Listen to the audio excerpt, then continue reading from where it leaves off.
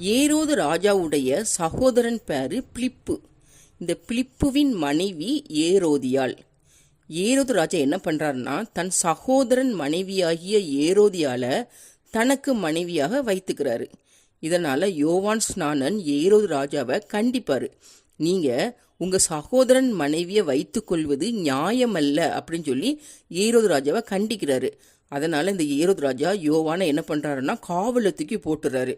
அதுவும் இல்லாம இந்த ஏரோதியாளுக்கு யோவான் மேல கோபம். அவ என்ன பண்றான்னா யோவானை எப்படியாவது சதி செய்து கொலை செய்யணும் அப்படின்னு சொல்லி காத்திருக்கா. ஆனாலும் அவளால கொலை செய்ய முடியல.